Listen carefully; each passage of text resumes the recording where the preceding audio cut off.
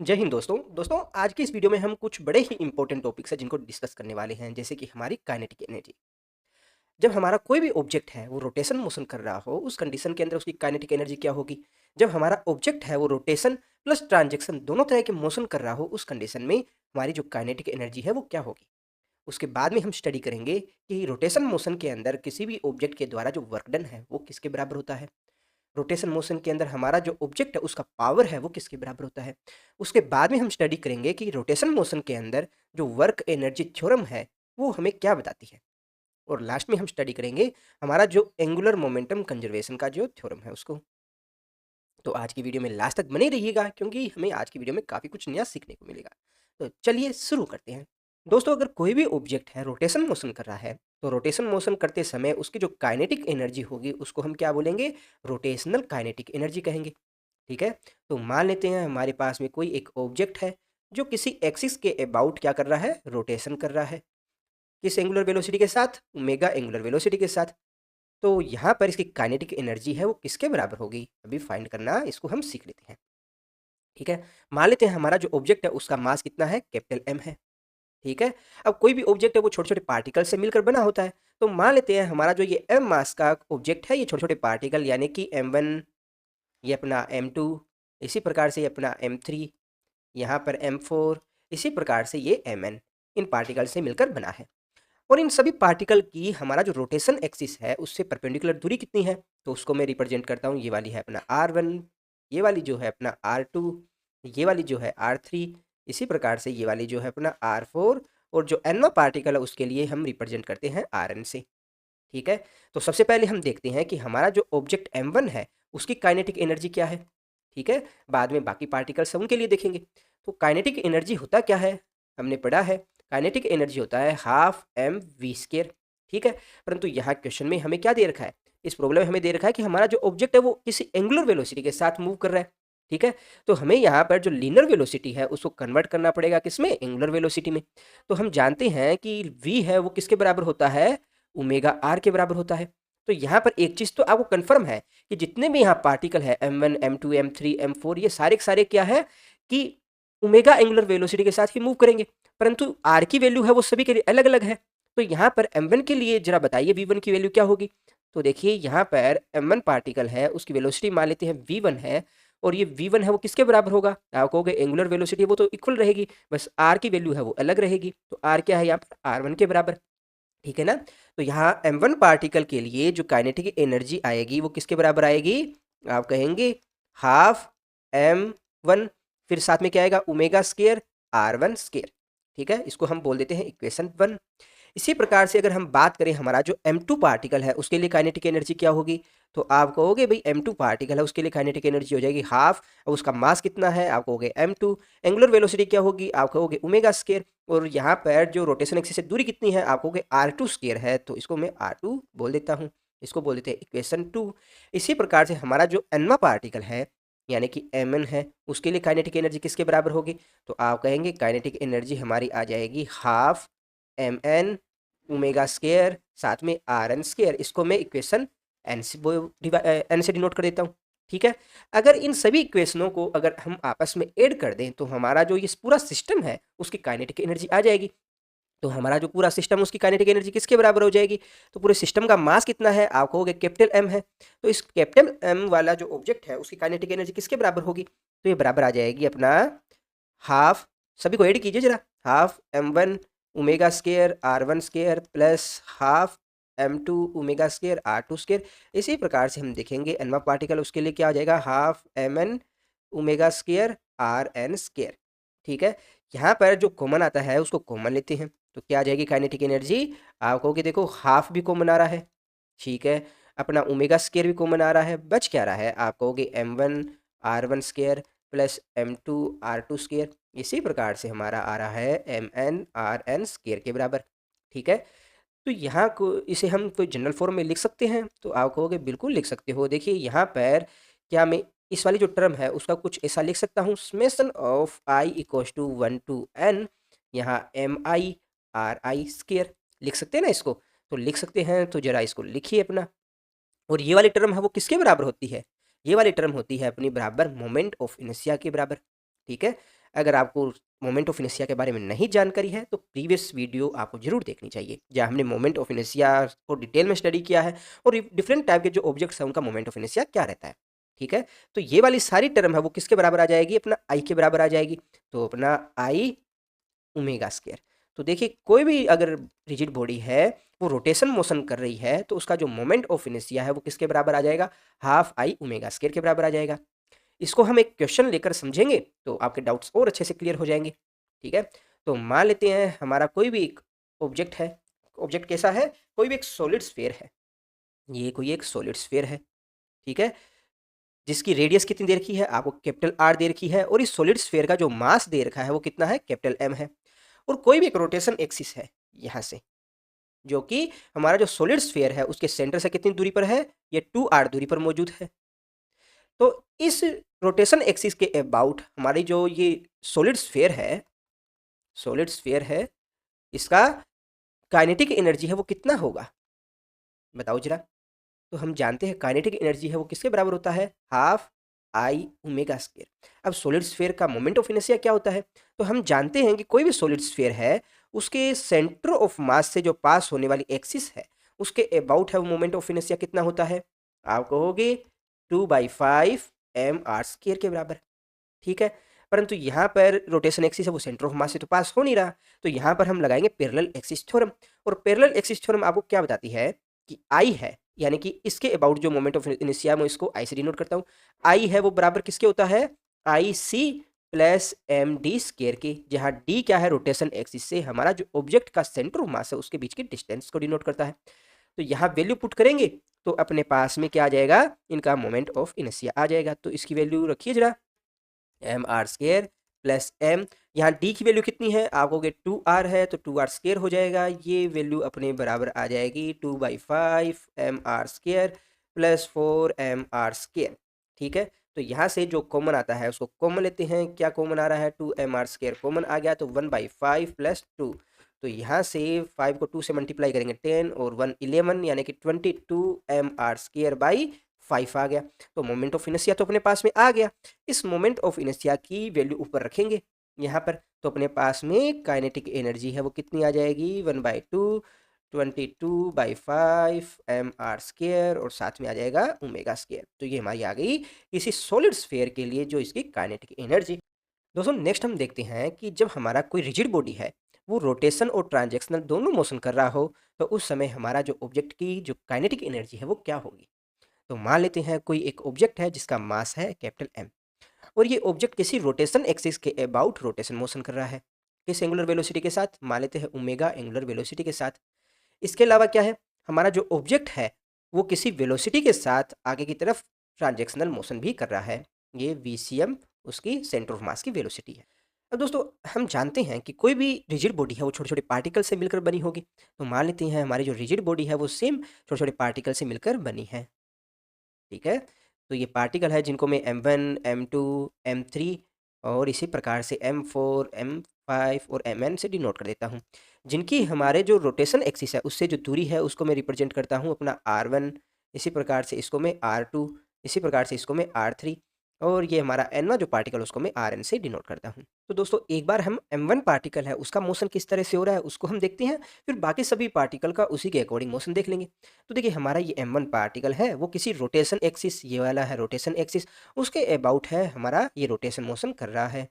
ठीक है, ये रोटेशन मोशन इस तरह से कर रहा है, समझ में आ गया। और इसकी एंगुलर वेलोसिटी क्या है, आप कहोगे इसकी जो एंगुलर वेलोसिटी है वो अपनी है ओमेगा, ये ओमेगा एंगुलर वेलोसिटी के साथ मोशन कर रहा है। इसके अलावा इसकी लीनियर वेलोसिटी क्या है, लीनियर वेलोसिटी है आप कहेंगे इधर वाली डायरेक्शन के अंदर होगी, और क्या है v1 है। ठीक है, और ये v1 है किसके बराबर होगी, आप कहोगे ओमेगा R1 के बराबर होगी, कोई दिक्कत नहीं है। एक जब हमारी पूरी रिजिड बॉडी है वो आगे की तरफ ट्रांजैक्शनल मोशन कर रही है किसी VCM वेलोसिटी के साथ, तो निश्चित तौर पर हमारा जो M1 पार्टिकल है वो भी आगे की तरफ मोशन करेगा VCM वेलोसिटी के साथ, करेगा ना। ये हमने जब रिजिड बॉडी स्टार्ट करे थे तो फर्स्ट चैप्टर में इसके बारे में हमने डिटेल स्टडी किया था कि रोटेशनल मोशन में किस तरह से हमारा रिजिड बॉडी उसके पार्टिकल मोशन करेंगे। ठीक है, तो जरूर देखेगा पहली वीडियो। तो यहाँ हम देख रहे हैं कि हमारा जो M1 मास है उसकी दो वेलोसिटियाँ आ रही है। एक वेलोसिटी तो आ रही है उसकी एंगुलर वेलोसिटी ओमेगा की वजह से, एक दूसरा ही आ रही है क्योंकि हमारा जो रिजिड बॉडी है वो आगे की तरफ ट्रांजैक्शनल मोशन कर रहा है, तो ये किसके बराबर होगी, VCM के बराबर होगी। तो दोस्तों वेक्टर अलजेब्रा से हम जानते हैं कि इधर वाली तरफ अगर वी1 वेक्टर है, ठीक है, और इस साइड है अपना वीसीएम वेक्टर, तो यहाँ पर जो रिजल्टेंट वेक्टर आएगा उसकी वैल्यू किसके बराबर आएगी, यानी कि जो वी नेट वेक्टर है उसकी वैल्यू किसके बराबर आएगी। तो आप कहेंगे जो वी नेट वेक्टर है वो बराबर होगा अपना V1 vector plus VCM vector के बराबर, ठीक है ना। तो जरा मुझे इसकी काइनेटिक एनर्जी बताइए। तो m1 पार्टिकल के लिए हमारा जो काइनेटिक एनर्जी है वो किसके बराबर आएगा, आप कहोगे हाफ m1, फिर साथ में क्या आएगा, वी नेट स्केयर आएगा, वी नेट स्केयर आएगा। तो इस वी नेट स्केयर को हम कुछ ऐसा लिख सकते हैं, V net vector dot V net vector, लिख सकते हैं ना। इसको भी थोड़ा और सिंप्लीफाई करके लिखेंगे तो हमारे पास में क्या आ जाएगा, हाफ m1 और वी नेट है उसकी वैल्यू किसके बराबर है, आप कहोगे v1 vector plus vcm vector, ठीक है, डॉट ये क्या आ जाएगा अपना v1 vector plus vcm vector, ठीक है। अब जरा इसको और आगे थोड़ा सिंप्लीफाई कीजिएगा, क्या करेंगे हम, जो अपना काइनेटिक एनर्जी है वो बराबर आ जाएगा हाफ m1। अब जरा इनको आपस में डॉट प्रोडक्ट करेंगे तो अपने पास में क्या आ जाएगा, v1 vector dot v1 vector plus अपना क्या आ जाएगा, vcm vector dot v1 vector plus क्या आ जाएगा अपना v1 vector dot vcm vector plus क्या आएगा अपना vcm vector dot vcm vector. तो दोस्तों हम जानते हैं कि कोई भी दो वेक्टर है उनको आपस में मल्टीप्लाई करें और अगर वो दोनों सेम डायरेक्शन में है तो क्या होगा, उनके बीच में एंगल जब थीटा इक्वल टू जीरो होती है तो कोस जीरो की वैल्यू कितनी आएगी, 1 आएगी। तो यहाँ पर इन दोनों की वैल्यू है वो किसके बराबर होने वाली है, आप कहेंगे v1 स्केयर के बराबर। तो इसे थोड़ा और आगे सिंप्लीफाई करके लिखेंगे तो आपके पास में क्या आ जाएगा, हाफ m1 साथ में क्या आ जाएगा v1 स्केयर प्लस इसकी और इसकी वैल्यू कितनी आ जाएगी, 2vcm डॉट v1 वेक्टर, ठीक है, प्लस यहाँ पर वीसीएम वेक्टर डॉट वीसीएम करेंगे तो यहाँ पर आपका क्या आ जाएगा, वीसीएम का स्केयर आ जाएगा। अब ये बीच वाली जो दोनों टर्म है उनकी वैल्यू क्या आ जाएगी, जरा बताओ। देखिए अपना वी1 वेक्टर है वो किधर जा रहा है, ये देखिए अपना रोटेशन मोशन कर रहा है, तो वी1 वेक्टर है वो तो जा रहा है आपका इस डायरेक्शन में, ठीक है। आपका जो वीसीएम वेक्टर है वो जा रहा है इस डायरेक्शन के अंदर, जा रहा है ना। तो दोनों के बीच में एंगल कितना होगा, एंगल आप कहेंगे 90 डिग्री का होगा।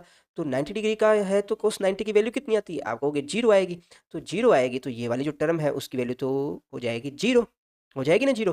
तो यहाँ पर फाइनली अपने पास में क्या आ जाएगा, यहाँ पर अपने पास में आएगा half m1 v1 square plus क्या आ जाएगा, हाफ m1 vcm स्केयर, ठीक है, कोई दिक्कत नहीं है। और यहाँ पर हाफ m1 v1 स्केयर है, इसकी वैल्यू किसके बराबर होगी, आप कहोगे हाफ m1 ये क्या आ जाएगा r1 और ओमेगा स्केयर के बराबर आ जाएगा। प्लस ये वाला क्या दिखा रहा है, ये हमारा दिखा रहा है ऑब्जेक्ट की जो ट्रांजैक्शनल मोशन की वजह से जो काइनेटिक एनर्जी आ रही है वो, जबकि ये वाला जो पार्ट है वो हमें दिखा रहा है जो ऑब्जेक्ट की रोटेशन मोशन की वजह से जो काइनेटिक एनर्जी आ रही है, ठीक है ना। तो इसको हम m2 पार्टिकल के लिए लिखें तो m2 पार्टिकल के लिए क्या होगा, m2 पार्टिकल के लिए काइनेटिक एनर्जी है वो क्या आएगी, आपका half m2 r2 omega square plus half m2 vcm square.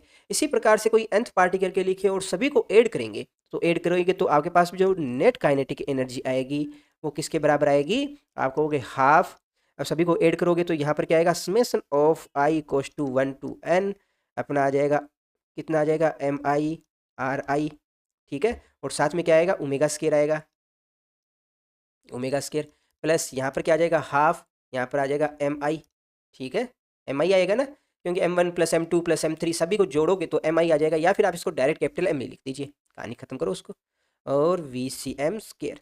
तो यहाँ पर जरा मुझे बताइए ये वाली जो टर्म है उसकी वैल्यू किसके बराबर है, आप कहोगे मोमेंट ऑफ इनर्शिया के बराबर है, साथ में अपना आ जाएगा omega square plus half m vcm square.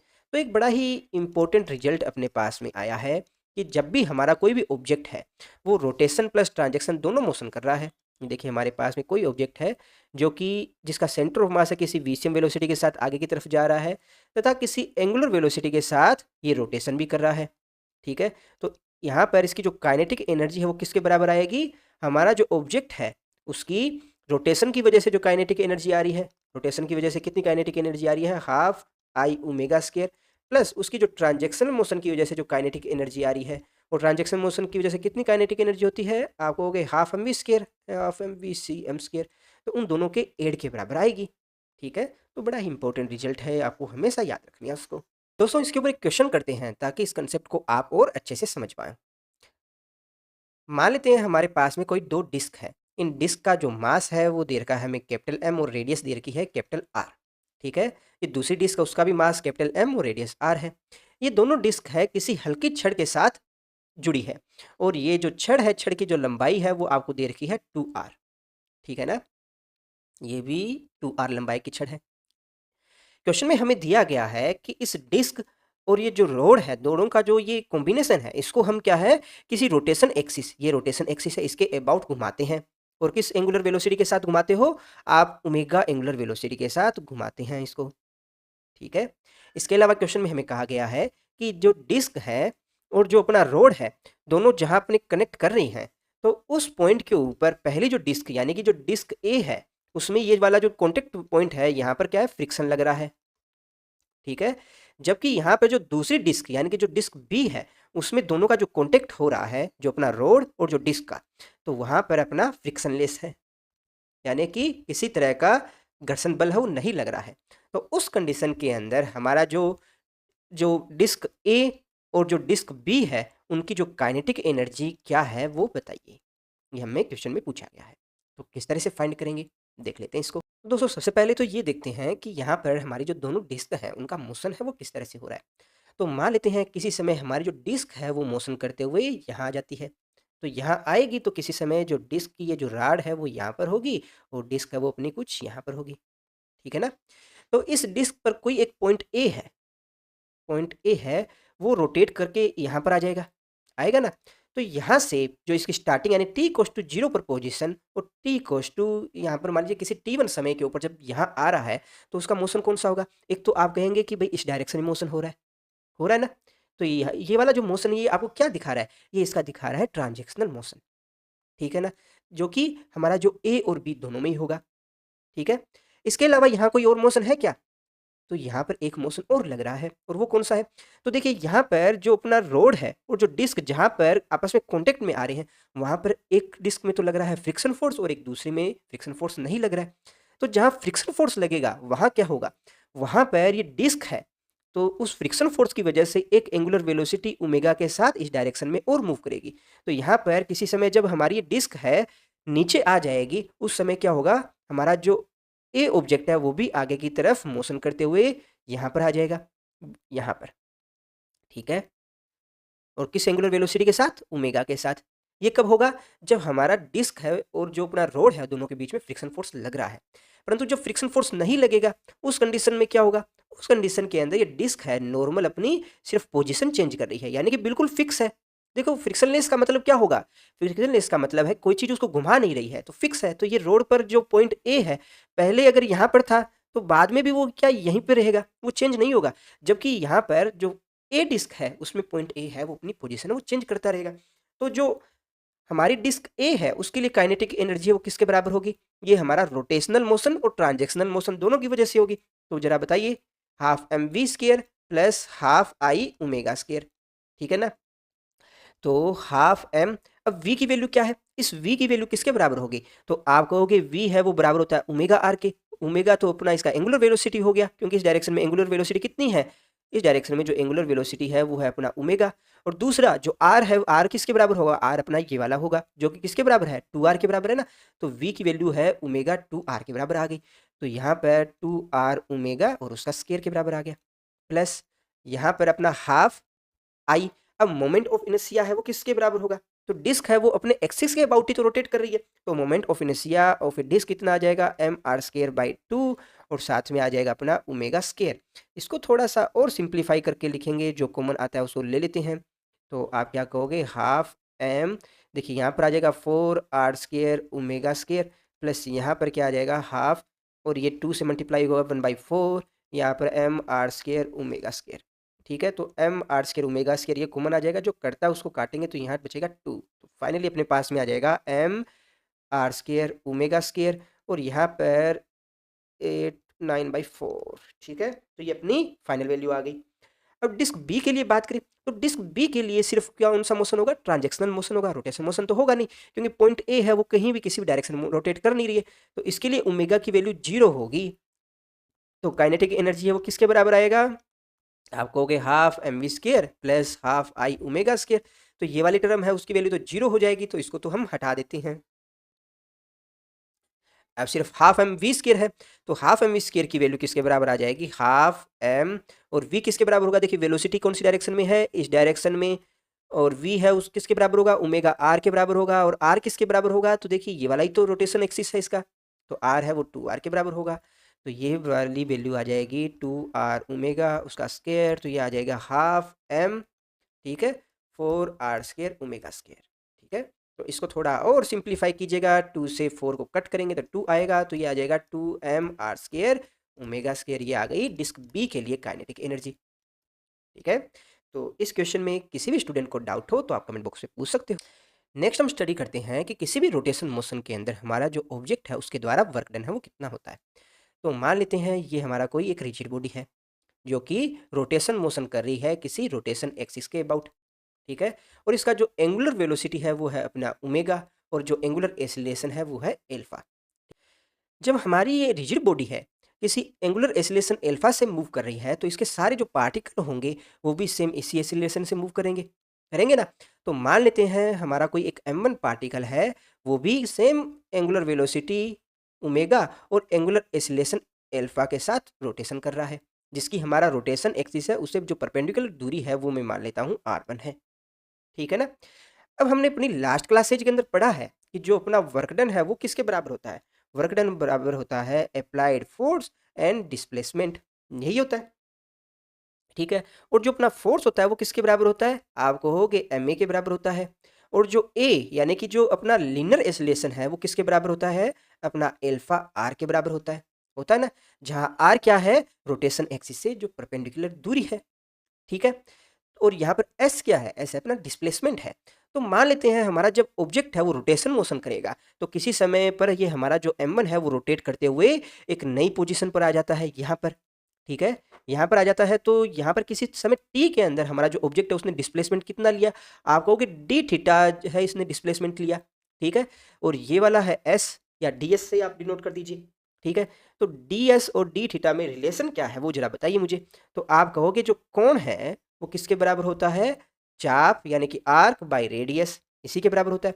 तो यहाँ पर जो ds है उसकी वैल्यू किसके बराबर आ जाएगी, आप कहोगे r1 d थीटा के बराबर आ जाएगी। सबसे पहले हमारा जो मास m1 है उसके लिए वर्क है वो कैलकुलेट करते हैं, तो क्या होगा, ये बराबर होगा अपना f vector dot s1 vector, ठीक है ना। तो यहाँ पर देखिए जो अप्लाइड फोर्स है और जो डिस्प्लेसमेंट है उन दोनों के बीच में एंगल कितना है, तो आप यहाँ देखिए एल्फा है वो जा रहा है इस डायरेक्शन में, अपना जो डिस्प्लेसमेंट है वो भी हो रहा है इसी डायरेक्शन में, तो दोनों सेम ही डायरेक्शन के अंदर है, तो एंगल कितना है, आप कहोगे 0 डिग्री। तो यहाँ पर मैं इसको सिंपली अपना F1 S1 लिख सकता हूँ, ठीक है ना। तो यहाँ पर पहले तो मैं इसको एक छोटे अल्पांश के लिए देखते हैं, फिर इसको बड़े अल्पांश के लिए और देख लेंगे। तो यहाँ पर DW है उसकी वैल्यू किसके बराबर आ जाएगी, आप कहोगे अपना जो मास और एक्सीलरेशन के बराबर, मास एक्सीलरेशन है उसकी वैल्यू और रखिएगा एल्फा आर, तो एल्फा और आर की जगह अपने क्या रखेंगे, r1 लिख देंगे, ठीक है। और साथ में डिस्प्लेसमेंट कितना है अपना ds है ना, तो ds की वैल्यू कितनी है अपना r1 d थीटा के बराबर हो गया।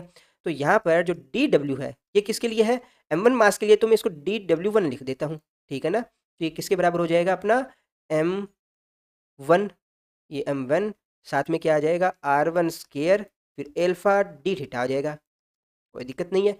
इसी प्रकार से अगर ये हमारा जो रिजिड बॉडी है वो काफ़ी सारे n पार्टिकल से मिलकर बनी होती, तो यहाँ पर जो mn पार्टिकल है उसके लिए क्या होता, आप कहते हैं mn पार्टिकल के लिए अपना आ जाता dwn इक्वल्स टू क्या हो जाता, mn rn स्केयर और साथ में क्या आ जाता, एल्फा डी थीटा आ जाता। यानी कि ये सारे के सारे पार्टिकल है वो इक्वल टाइम पीरियड के अंदर इक्वली तो एंगुलर डिस्प्लेसमेंट लेंगे, है ना, इनका एंगुलर डिस्प्लेसमेंट वो तो इक्वल ही रहेगा। तो अगर सभी पार्टिकल की वजह से जो नेट जो वर्क डन है वो किसके बराबर आ रहा है, तो आप क्या कहोगे डी डब्ल्यू जो नेट है वो किसके बराबर होगा, वो बराबर होगा DW1 plus DW2 plus dot dot dot, इसी प्रकार से DWN के बराबर। तो सभी पार्टिकल की वजह से जो लगने वाला वर्क डन है वो रखेंगे, तो क्या आ जाएगा अपना, यहाँ पर देखिए m1 r1 square plus m2 r2 square plus यहाँ आ जाएगा mn rn स्केयर और कॉमन क्या आ जाएगा, एल्फा डी थीटा आ जाएगा। तो ये वाली वैल्यू किसके बराबर आ जाएगी, ये वाली वैल्यू है अपनी मोमेंट ऑफ इनर्शिया यानी कि I, और साथ में आ जाएगा एल्फा एंड डी थीटा। ठीक है। तो जो डी डब्ल्यू जो नेट है अपना आ रहा है वो किसके बराबर आ रहा है आई एल्फा डी थीटा के बराबर है। अब बोथ साइड अपने अगर इंटीग्रेट कर दें, इंटीग्रेट या कहाँ से कहाँ तक करें कि भाई अपना जो थीटा है वो कहाँ से कहाँ तक वेरी करेगा। थीटा स्टार्टिंग में मान लेते हैं यहाँ पर है अपना थीटा वन, और किसी समय पर रोटेट करते हुए हमारा ऑब्जेक्ट है वो यहाँ पर किसी समय यहाँ पर आ जाता है, यानी थीटा टू पोजीशन के ऊपर आ जाता है। तो जो रोटेशन में वर्क डन है वो किसके बराबर होगा, तो देखिए वर्क डन है वो 0 से डब्ल्यू होगा, ठीक है। और एंगुलर डिस्प्लेसमेंट कितना है, आप कहोगे थीटा वन से थीटा टू तक है। अब आई एल्फा है वो किसके बराबर होता है, आई एल्फा अपना होता है टॉर्क के बराबर, टॉर्क के बराबर होता है ना, तो मैं इसको भी हटा के टॉर्क लगा देता हूँ, ठीक है। तो जो डब्ल्यू है यानी वर्कडन है वो किसके बराबर होगा, वर्कडन बराबर होगा टॉर्क, फिर अपना आ जाएगा theta one two theta two and D theta, ये अपना आ गया work done for rotation motion. Similar है ना अपना, जब हम ट्रांजेक्शनल मोशन कर रहे थे उसके बराबरी तो है, डिस्प्लेसमेंट है 0 से एस तक जो भी है अपना, या x1 से x2 s1 से s2 जो भी लगाना चाहो लगा सकते हो, या सिंपली ऐसे भी लिख सकते हो FDS, जैसे भी आपका मन करे लिख सकते हो। बस आपको ये याद रखना है, बहुत इंपॉर्टेंट है। अब जरा बताइए वर्क की यूनिट क्या होगी, तो यूनिट वही जूल रहेगी, ठीक है। यूनिट में कभी बदलाव नहीं होगा। इसके बाद हम स्टडी करते हैं कि हमारा जो पावर है वो क्या होती है। पावर यानी कि शक्ति। जब हम न्यूटन के लॉ ऑफ मोशन वाला चैप्टर हम पढ़ रहे थे वहाँ पर हमने पावर है वो किसके बराबर देखा था, तो हमने देखा था कि जो हमारा जो एवरेज पावर है वो किसके बराबर होता है, वो किसी यूनिट टाइम पीरियड के अंदर जो वर्क डन है उसी के बराबर होता है, ठीक है। और वर्क है वो किसके बराबर है, अपनों ने अभी तो देखा theta one two theta two torque D theta, ये किसके बराबर है अपना पावर के। तो एक तो फॉर्मूला ये है जिसको आपको याद रखना है पावर के लिए। इसके अलावा इंस्टेंटेनियस पावर है वो किसके बराबर होता है, तो पी आई एन से मैं उसको डिनोट करता हूँ, वो बराबर होता है अपना D W by D T, यानी कि किसी अल्प टाइम पीरियड के अंदर जो वर्क डन है वो किसके बराबर होगा, पी इंस्टेंटेनियस के बराबर होगा, ठीक है। अब डी डब्ल्यू है उसकी वैल्यू किसके बराबर होगा, तो देखिए वर्क डन है वो किसके बराबर होता है, वो होता है टॉर्क डी थीटा के बराबर होता है ना। अब इसकी वैल्यू जब यहाँ रखोगे तो अपने पास में क्या आ जाएगा, हमारे पास में आ जाएगा P in equals to torque D theta by D T. अब D theta by D T किसके बराबर होता है, आपको एंगुलर वेलोसिटी के बराबर होता है, एंगुलर वेलोसिटी के बराबर होता है ना, तो टॉर्क ये आ जाएगा ओमेगा के बराबर आ जाएगा, ठीक है। ये पी इन की वैल्यू है। अब इसको हम वेक्टर फॉर्म में कैसे रखेंगे, तो वेक्टर फॉर्म में अपना पावर है उसकी वैल्यू आ जाएगी torque vector dot omega vector, ठीक है, याद रहेगा। इसको आप क्या है अपना जो वर्क एनर्जी पावर वाला चैप्टर कर रहे थे तो वहाँ पर अपना पी है उससे कंपेयर कीजिएगा F vector dot V vector के साथ, ठीक है। दोनों में आपस में रिलेशन बनाइएगा और उनको याद रखिएगा, दोनों ही बहुत ही इंपॉर्टेंट है। जब भी हम रोटेशन मोशन की बात करेंगे, रोटेशन मोशन की बात करेंगे तो हम टॉर्क डॉट ओमेगा करेंगे, जब हम ट्रांजैक्शनल मोशन की बात करेंगे ना स्थानांतरण गति की बात करेंगे, ट्रांजैक्शनल मोशन की बात करेंगे, तब ये वाला फॉर्मूला हमें देखना है, ठीक है। तो नेक्स्ट हम स्टडी करते हैं work energy theorem in rotation motion, ठीक है। तो यहाँ पर क्या होगा, हमने अपने लास्ट चैप्टर जो वर्क एनर्जी पावर वाला जो चैप्टर था उसमें हमने स्टडी किया था कि हमारे द्वारा जो वर्क डन है वो किसके बराबर होता है, चेंज इन काइनेटिक एनर्जी के बराबर होता है, यानी कि जो हमारा सिस्टम है उसकी जो final kinetic energy minus initial kinetic energy के बराबर होता है, ठीक है ना। तो काइनेटिक एनर्जी है वो किसके बराबर होता है, काइनेटिक एनर्जी अपना बराबर होता है हाफ एम वी स्केयर के बराबर। तो यहाँ पर जरा वैल्यू पुट कीजिए तो अपना वर्क डन है वो बराबर आ जाएगा half M V final square minus of half M V initial square, ठीक है। हम जानते हैं v है वो किसके बराबर होता है, v इक्वस टू होता है ओमेगा आर के बराबर होता है। तो यहाँ पर जब वैल्यू पुट करेंगे तो जो v फाइनल है वो किसके बराबर आ जाएगा, आप कहोगे आर ओमेगा फाइनल के, ठीक है। इसी प्रकार से जो अपना v इनिशियल है वो किसके बराबर होगा, आप कहोगे आर ओमेगा इनिशियल के, है ना। यानी टाइम के साथ उसकी जो एंगुलर जो वेलोसिटी है उसमें चेंज के बराबर होगा। तो जरा वैल्यू पुट कीजिए क्या आ जाएगा, हमारा जो एंगुलर वेलोसिटी आ जाएगा हाफ एम यहाँ पर आर स्केयर और omega final square minus of half M R square और अपना ओमेगा इनिशियल स्केयर के बराबर आ जाएगा, ठीक है।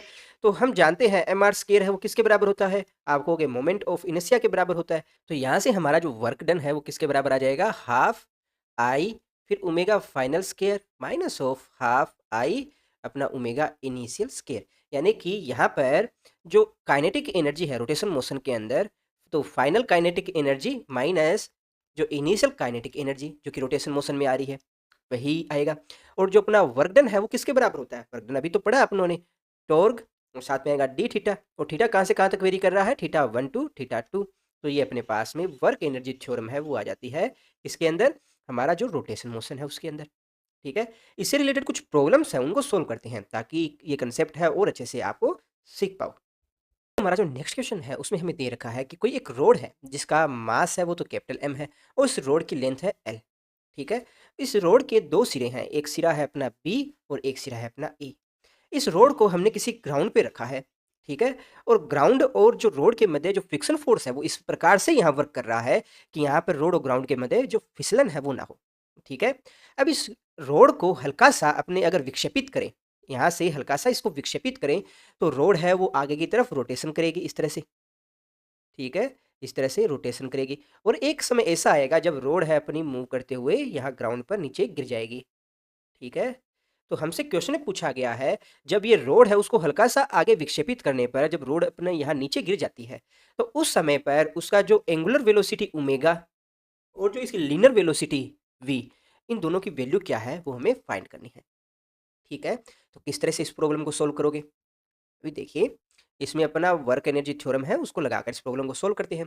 तो सबसे पहले बताइए रोड पर कौन-कौन से 2 फोर्स है वो अप्लाई होंगे? तो आप कहेंगे एक तो इसका जो सेंटर ऑफ मास है वहाँ से एक एमजी है वो डाउनवर्ड डायरेक्शन में लगेगा, ठीक है? और एक नॉर्मल फोर्स लगेगा अपवर्ड डायरेक्शन में। परंतु जब इसको हम हल्का-सा विक्षेपित कर देंगे तब नॉर्मल फोर्स है उसकी डायरेक्शन है वो भी चेंज हो जाएगी। ठीक है ना? चेंज हो जाएगी ना? तो यहाँ किसी समय पर यहाँ के लिए देखें तो सिर्फ़ अपना यहाँ पर एक एमजी फोर्स अप्लाई होगा। ठीक है, नॉर्मल फोर्स अभी भी अपवर्ड डायरेक्शन में है परंतु जो नॉर्मल फोर्स है वो कहाँ से पास हो रहा है? अपना रोटेशन एक्सिस से पास हो रहा है। ठीक है, तो दोस्तों इस प्रॉब्लम को सोल्व करने के लिए हम वर्क एनर्जी थ्योरम है उसकी हेल्प लेंगे और वर्क एनर्जी थ्योरम हमें बताती है कि हमारे द्वारा जो वर्क डन है वो किसके बराबर होगा? चेंज इन काइनेटिक एनर्जी के बराबर होगा, यानी कि half I omega final square minus of half I omega initial square के बराबर। ठीक है, और जो वर्क डन है वो किसके बराबर होता है? वर्क डन है वो बराबर होता है फोर्स और जो डिस्प्लेसमेंट के बराबर। ठीक है, ये किसके बराबर होगा? अपना थीटा 1 टू थीटा 2 और अपना टॉर्क डी थीटा के बराबर। तो सबसे पहले हम देखते हैं कि हमारे यहाँ सिस्टम में कौन-कौन से फोर्स है वो अप्लाई हो रहे हैं और उनकी वजह से टॉर्क है वो कितना लग रहा है। तो जब हमारा जो सिस्टम है वो शुरुआत में साम्यावस्था में था, उस वक़्त कौन-कौन से फोर्स लग रहे हैं? तो आप कहेंगे जो रोड का जो द्रव्यमान m है उसकी वजह से लगेगा अपना mg डाउनवर्ड डायरेक्शन में और जो ग्राउंड है वो एक नॉर्मल फोर्स लगाएगा अपवर्ड डायरेक्शन के अंदर। परंतु जब इस रोड को हम उसकी साम्यावस्था से आगे की ओर हल्का सा विक्षेपित कर देंगे, हल्का सा इसको आगे की तरफ हम विक्षेपित कर देंगे तो उस कंडीशन में क्या होगा? उस कंडीशन के अंदर इस रोड पर जो mg है वो तो लगेगा अभी भी डाउनवर्ड डायरेक्शन में, ठीक है? और जो नॉर्मल फोर्स है वो अपना लगेगा इस डायरेक्शन में, ठीक है ना?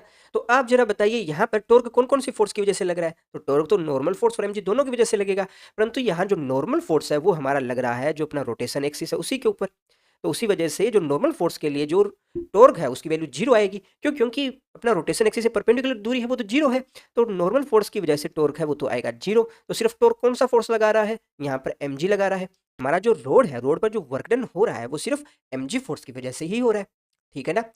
तो यहाँ पर mg फोर्स की वजह से वर्क डन है वो किसके बराबर होगा? तो वर्क डन है वो बराबर होता है एप्लाइड फोर्स यानी कि mg और जो डिस्प्लेसमेंट, और डिस्प्लेसमेंट कितना हो रहा है रोड का? तो रोड का सेंटर ऑफ मास है वो स्टार्टिंग में कहाँ था? यहाँ पर था, यानी कि l/2 दूरी पर था। ठीक है? अब जब रोड है वो रोटेट करके ग्राउंड पर आ जाती है, यहाँ पर आ जाती है लास्ट के अंदर, तो उस समय के अंदर इसका जो सेंटर ऑफ मास है ग्राउंड से हाइट कितनी होगी? आप कहोगे 0 होगी। तो टोटल डिस्प्लेसमेंट है वो कितना आ रहा है? आप कहोगे l/2 आ रहा है। ठीक है ना? तो ये किसके बराबर होगा? आप कहोगे चेंज इन काइनेटिक एनर्जी के बराबर होगा। तो इनिशियल पोजीशन के अंदर हमारा जो ए सिरा है उसकी एंगुलर वेलोसिटी कितनी होगी? आप कहोगे एंगुलर वेलोसिटी है वो तो 0 होगी क्योंकि अभी इसने रोटेशन है वो शुरू ही नहीं किया। जब हमारा जो रोड है वो जाकर ग्राउंड से टकरा जाती है, यानी कि जो फाइनल पोजीशन के अंदर इसकी एंगुलर वेलोसिटी है वो कितनी होगी? मान लेते हैं ओमेगा के बराबर होगी। तो ये अपना बराबर आ जाएगा हाफ आई ओमेगा स्क्वायर के बराबर। अब जो आई है वो है अपना मोमेंट ऑफ इनर्शिया। तो हम जानते हैं किसी भी रोड को अगर उसके किनारे से कोई रोटेशन एक्सिस के अबाउट जब उसको रोटेट करवाते हैं किसी एंगुलर वेलोसिटी के साथ, तो इसका जो मोमेंट ऑफ इनर्शिया है वो किसके बराबर आता है? ml²/3 के बराबर आता है। तो जरा आई की वैल्यू ये रखिए यहाँ पर, आई की वैल्यू रखते हैं ml²/3। अब बोथ साइड है जो करता है उसको काट देते हैं, तो आप कहोगे भाई देखिए यहाँ पर एक तो एल है और 2 है, ये दोनों तो कटेगा, साथ में अपना एम है वो भी कट जाएगा। तो यहाँ पर जो ओमेगा स्केयर है उसकी वैल्यू किसके बराबर आ जाएगी, 3g/l के बराबर आ जाएगी। तो अपना ओमेगा है उसकी वैल्यू किसके बराबर आ जाएगी, ये आ जाएगा अपना √3g/l के बराबर आ जाएगा। तो यहाँ से अपना जो एंगुलर जो वेलोसिटी है वो आ गया √3g/l। अब जिसकी लीनियर वेलोसिटी है वो किसके बराबर होगी, तो लीनियर वेलोसिटी है वो हम जानते हैं v equals to omega R के बराबर होता है। और आर क्या है, रोटेशन एक्सिस से परपेंडिकुलर दूरी, यही तो हो रही है आर, आर यही तो ना। तो आर है अपना एल के बराबर, तो ओमेगा एल के बराबर आ जाएगा। तो यहाँ पर वैल्यू पुट कीजिए जरा, क्या आ जाएगा, तो फाइनल अपना आ जाएगा √3gl। ठीक है, तो ये आपको क्वेश्चन में कोई दिक्कत हो तो आप कमेंट बॉक्स में पूछ सकते हो। दोस्तों हमारा जो नेक्स्ट क्वेश्चन है उसमें हमें एक गोला दे रखा है, और गोला भी कैसा है, सॉलिड है, सॉलिड स्फीयर है। और इस सॉलिड स्फीयर का मास है वो दे रखा है कैपिटल एम, और सॉलिड स्फीयर की रेडियस दे रखी है कैपिटल आर। स्टार्टिंग में ये गोला है हमारा स्थिर अवस्था में है, स्थिर अवस्था में है यानी कि इस स्फीयर की जो एंगुलर वेलोसिटी है वो दे रखी है 0, इस जो स्फीयर की जो लीनियर वेलोसिटी है वो हमें दे रखी है 0। ठीक है, अब जब हम इस गोले पर यानी कि स्फीयर पर कोई एक एफ फोर्स है वो अप्लाई करते हैं, एफ फोर्स अप्लाई करते हैं, और कितनी दूरी पर करते हैं, हमारा जो गोला है उसके सेंटर से r/2 दूरी पर करते हैं। तो उसकी वजह से ये हमारा जो स्फीयर है वो मोशन में आ जाता है, और इसकी जो एंगुलर वेलोसिटी है वो कितनी हो जाती है, ओमेगा। तो इस एफ फोर्स के द्वारा जो किया जाने वाला जो वर्क डन है वो हमें फाइंड करना है। ठीक है ना, तो इस प्रॉब्लम को कैसे सोल्व करोगे, हम जानते हैं हमारे द्वारा जो किया जाने वाला वर्क डन है वो किसके बराबर होता है, चेंज इन काइनेटिक एनर्जी के बराबर, यानी कि जो final kinetic energy minus of initial kinetic energy के बराबर। तो हमें क्वेश्चन में क्या दे रखा है, इसकी इनिशियल वेलोसिटी है वो तो है 0, 0 है ना।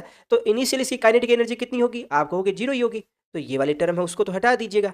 तो यानी कि जो सिस्टम की काइनेटिक एनर्जी में जो चेंज आ रहा है वही तो अपने द्वारा जो वर्क डन है उसके बराबर है। तो क्या आएगा, देखिए हाफ, अब आई की वैल्यू क्या है, किसी भी सॉलिड स्फीयर के लिए जो मोमेंट ऑफ इनर्शिया है वो अपना होता है 2/5 mr², जहां पर रोटेशन एक्सिस कौन सा है, उस स्फीयर का सेंटर ऑफ मास है। ठीक है, और ओमेगा फाइनल की वैल्यू कितनी है हमें दे रखी है, ओमेगा दे रखी है, तो ये ओमेगा स्क्वायर के बराबर आ गई। यही हमारे द्वारा जो वर्क डन है। ठीक है ना, इसमें किसी को डाउट हो तो आप कमेंट बॉक्स में पूछ सकते हो। दोस्तों हमारा जो नेक्स्ट क्वेश्चन है उसमें हमें एक रोड दे रखी है, इस रोड का मास है कैपिटल एम, और उस रोड की लेंथ है एल।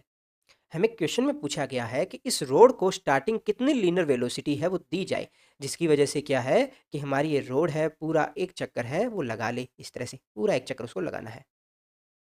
ठीक है, तो इस प्रॉब्लम को किस तरह से सोल्व करोगे, दोस्तों इस प्रॉब्लम को सोल्व करने के लिए हम अपनी वर्क एनर्जी थ्योरम है वो इस्तेमाल करेंगे। और वर्क एनर्जी थ्योरम वो हमें बताती है कि हमारे द्वारा जो वर्क डन है वो किसके बराबर होगा, चेंज इन काइनेटिक एनर्जी के बराबर होगा। तो हम क्या करेंगे कि इस रोड की जो इनिशियल पोजीशन से इसको इसकी मैक्सिमम पोजीशन, क्योंकि एक बार रोड को हमने यहाँ पर इसकी टॉप पोजीशन तक पहुँचा दिया तो उसके बाद ये रोड है आगे की तरफ रोटेट करते हुए एक चक्कर है वो आसानी से पूरा कर लेगी ना। तो हमारा जो ये रोड है इसके द्वारा जो वर्क डन है वो किसके बराबर होगा, अप्लाइड फोर्स और डिस्प्लेसमेंट के बराबर होगा ना। तो देखिए यहाँ पर शुरुआत में इसकी इनिशियल पोजीशन कहाँ थी, सेंटर ऑफ मास की, सेंटर ऑफ मास की आप कहोगे ग्राउंड से l/2 दूरी के ऊपर है। ठीक है, इस रोड को हमने इनिशियल वेलोसिटी v देकर किसी समय इसको यहाँ पर पहुँचा दिया। यहाँ पर पहुँचाने की वजह से इसका जो सेंटर ऑफ मास है उसकी ग्राउंड से हाइट कितनी हो जाएगी, तो आप कहेंगे ये वाली हाइट है अपनी l/2 और ये वाली जो रोड की टोटल हाइट है अपनी l।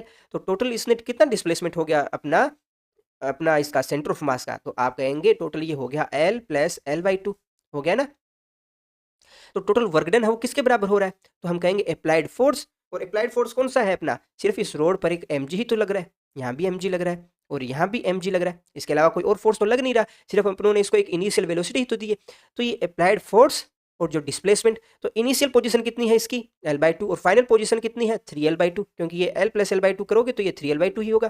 तो डिस्प्लेसमेंट कितना है आपका, आप कहोगे 3l/2 - l/2 जो इसकी इनिशियल है। तो दोस्तों हमारे द्वारा यहाँ जो वर्क डन है वो किसके बराबर होगा, चेंज इन काइनेटिक एनर्जी के बराबर होगा। तो देखिए काइनेटिक एनर्जी किसके बराबर है, तो देखिए स्टार्टिंग में इसकी जो लीनियर वेलोसिटी हम दे रहे हैं वो यहाँ इस किनारे से मानोगे या इसके सेंटर ऑफ मास से मानोगे, तो यहाँ पर जो वेलोसिटी हम मानेंगे हमेशा सेंटर ऑफ मास से। ठीक है। ऐसा क्यों? क्योंकि हमने जब रिजिड बॉडी डायनेमिक्स हम स्टडी कर रहे थे, तो वहाँ हम देखते थे कि कोई भी अगर बॉडी आगे की तरफ मूव कर रही है किसी वेलोसिटी के साथ या किसी एक्सेलरेशन के साथ, तो उस बॉडी की टोटल वेलोसिटी या जो एक्सेलरेशन है वो किसके बराबर होगा? उसका सेंटर ऑफ मास उसकी वेलोसिटी या एक्सेलरेशन के बराबर होगा। ऐसा ही था ना?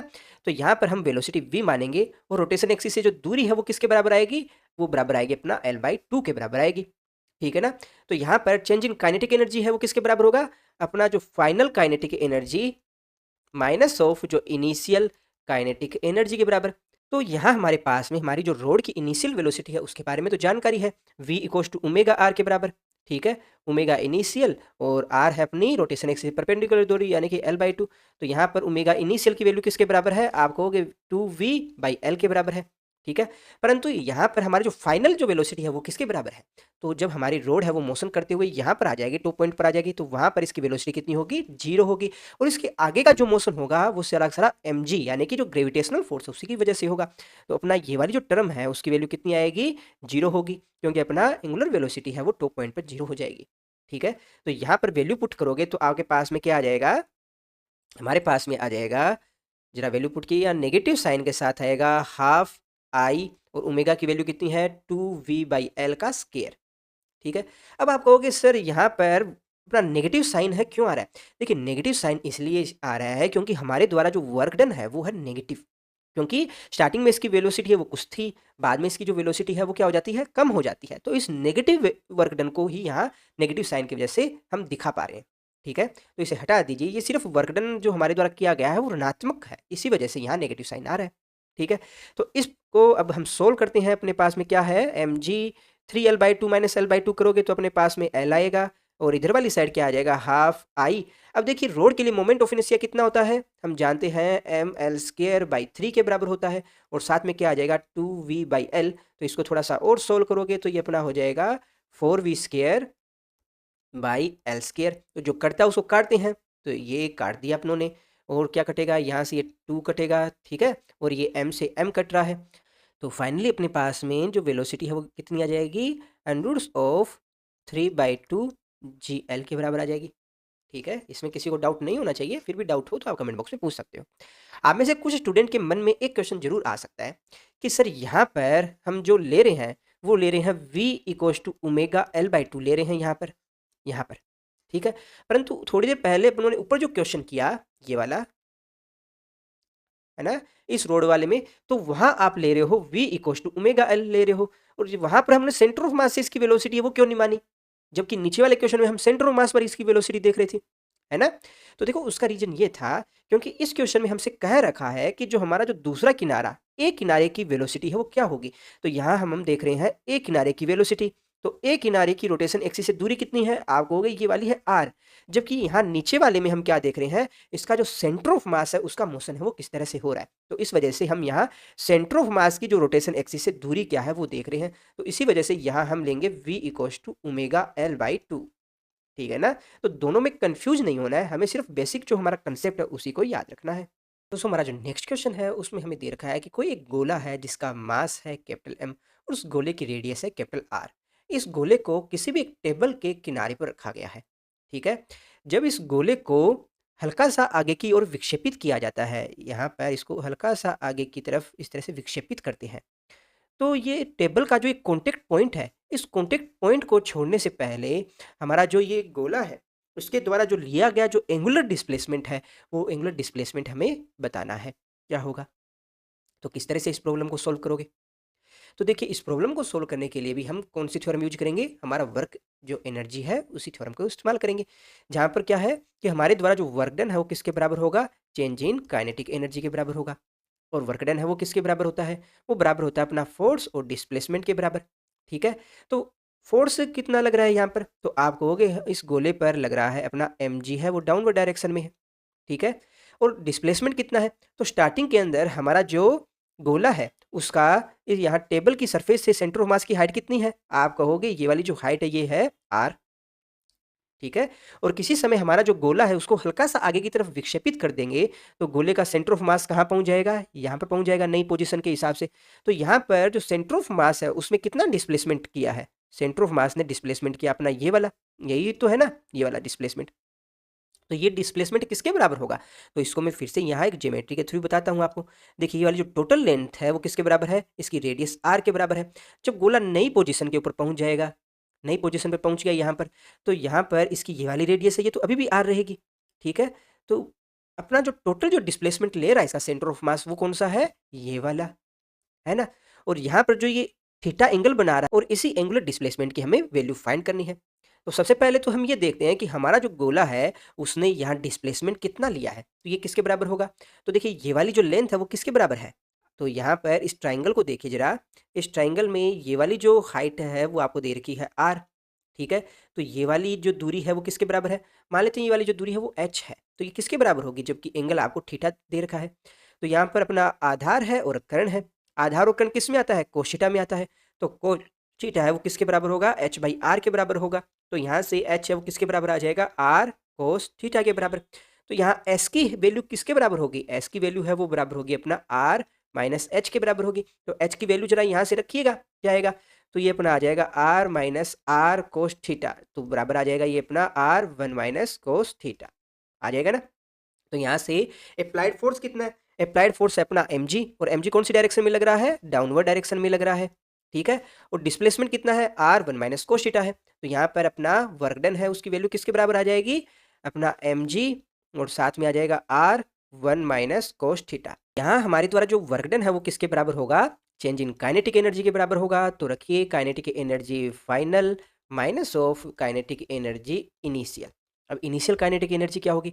स्टार्टिंग के अंदर जब गोले को हमने विस्थापित नहीं किया था उस वक्त इसकी एंगुलर वेलोसिटी कितनी थी? आप कहोगे जो ओमेगा इनिशियल है वो अपनी थी 0, ठीक है?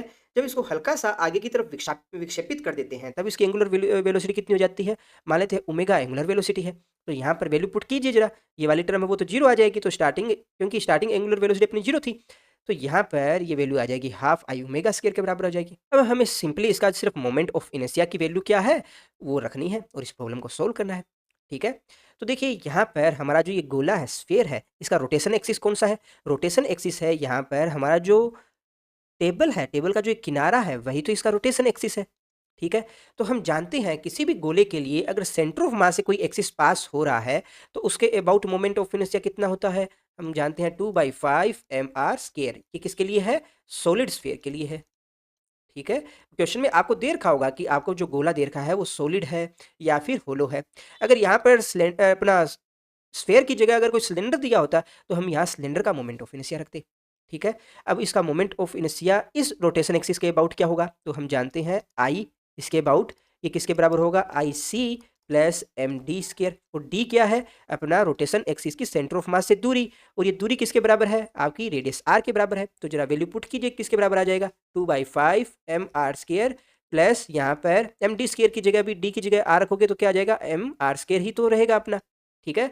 तो फाइनली अपने पास में क्या आ जाएगा? मोमेंट ऑफ इनर्शिया आप कहोगे 7/5, इसको सोल्व किया तो 7/5 और mr²। तो यहाँ पर मोमेंट ऑफ इनर्शिया आ गया और एंगुलर वेलोसिटी अपने पास ओमेगा है। तो जरा वैल्यू पुट कीजिए, हाफ इंटू 7/5 mr² और साथ में ओमेगा स्क्वायर। तो यहाँ बोथ साइड कुछ कटता है तो उसको काट देते हैं। क्या क्या कट रहा है आप बताइए जरा? यहाँ पर अपना m से m कट रहा है, ये m से m कट गया, और कुछ कट रहा है और तो कुछ नहीं कट रहा। तो यहाँ पर अपना आ जाएगा gr 1 माइनस कोस थीटा, और साथ में क्या आ जाएगा? 7/10, और साथ में क्या आ जाएगा? Omega square R square.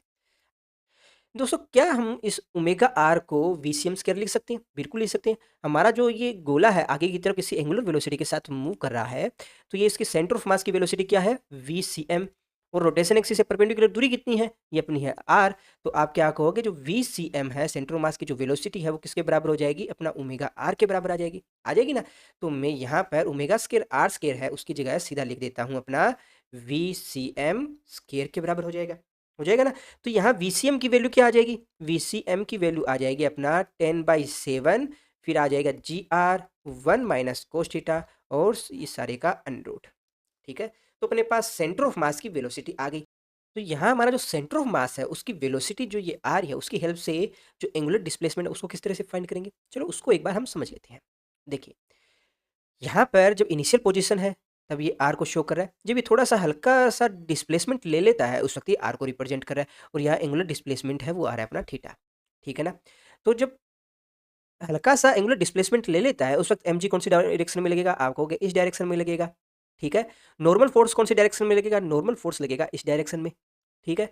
तो mg का इस नॉर्मल फोर्स की डायरेक्शन में जो कंपोनेंट है वो कितना बनेगा, तो आप कहोगे अगर ये वाला जो एंगल थीटा है तो यहाँ से ये जो एंगल बन रहा है वो भी थीटा बनेगा, तो यहाँ से इस डायरेक्शन में एक जो कंपोनेंट बनेगा वो क्या होगा, देखिए यहाँ पर एक mg का इधर वाली साइड क्या बनेगा कंपोनेंट, ये थीटा एंगल है, तो आप कहोगे mg cos थीटा, एंड एक किस डायरेक्शन में कंपोनेंट बनेगा, कितना बनेगा mg sin थीटा, ठीक है ना।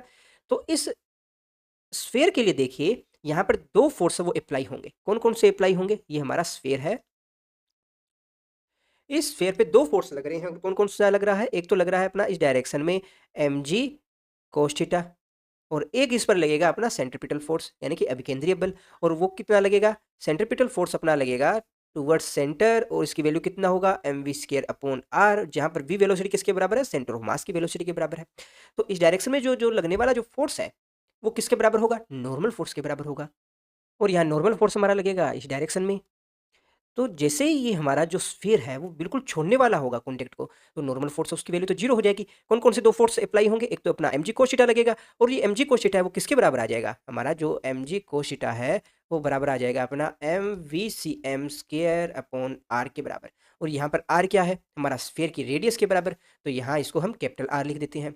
बोथ साइड यहाँ m है, इस स्फीयर का जो मास है वो कैंसिल आउट हो रहा है, तो इस मास को भी हम हटा देते हैं, ठीक है। तो यहाँ से जो अपना VCm² अपॉन r है ये किसके बराबर आ गया, अपना g cos थीटा के बराबर आ गया, ठीक है। और सेंटर ऑफ मास की क्या वेलोसिटी है ये तो अपनों ने फाइंड किया है अभी, तो इस सेंटर ऑफ मास की वेलोसिटी है उसको हम यहाँ लाकर इस वैल्यू पुट करते हैं, पुट कीजिए वैल्यू, तो क्या हो जाएगा, VCm² है ना, तो इसका स्केयर करोगे तो ये अंडरूट है, ये तो हट जाएगा ना ये अंडरूट, तो इस अंडरूट को हटाया, अब बटे कितना है, बटे है अपना r है, ये किसके बराबर है अपना g cos थीटा के बराबर, ओके। बोथ साइड जो करता है उसको काट देते हैं, तो ये r से r कैंसिल हो रहा है, इधर वाली साइड g से g कैंसिल हो रहा है, तो इसको थोड़ा और सिंप्लीफाई करेंगे तो अपने पास में क्या आ जाएगा, cos थीटा है वो किसके बराबर आ जाएगा, 10/7 1 माइनस cos थीटा आ जाएगा ना। अब 7 को इधर वाली साइड मल्टीप्लाई करेंगे तो अपने पास में क्या आ जाएगा, 7 cos theta equal to 10 1 minus cos theta आ जाएगा, तो इसको भी थोड़ा और सिंप्लीफाई करोगे तो अपने पास 17/10 आ जाएगा, ठीक है।